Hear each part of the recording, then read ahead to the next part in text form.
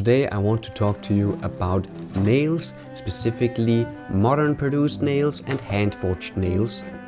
The difference in particular comes down to the shape of the shank. Where a modern nail has an even thickness shank, the forged nail has an evenly tapered shank. And that changes the nail in the way it works.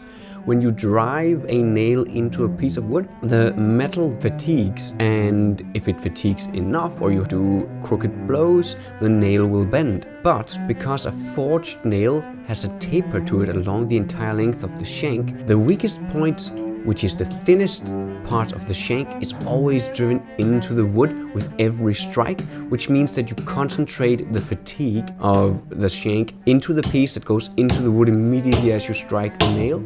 And it is much less likely to bend, whereas a modern nail, the fatigue is spread evenly along the entire shank, and by the time you get to the end of driving the nail in, the metal is often so fatigued and the resistance in the wood is so high that the nail has more of a tendency to bend than if it was an evenly tapered shank. Now, the reason why the forged nail's shank has the shape it has is because of the way it's made. You can see here how I make a nail. There are different ways of doing it. It takes about 30 seconds to forge a nail like this, and that's quick for a blacksmith, but it's slow by modern standards.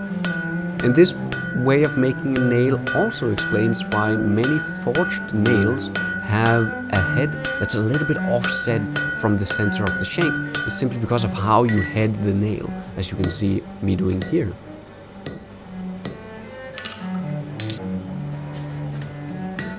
Now, having a tapered shank also increases the friction of the nail holding onto the wood, but it also comes with a negative, and that's the wood tending to split because that shank is rather thick, and especially if you're hammering nails through thin boards near the edge, you tend to break the wood, as you can see me doing here.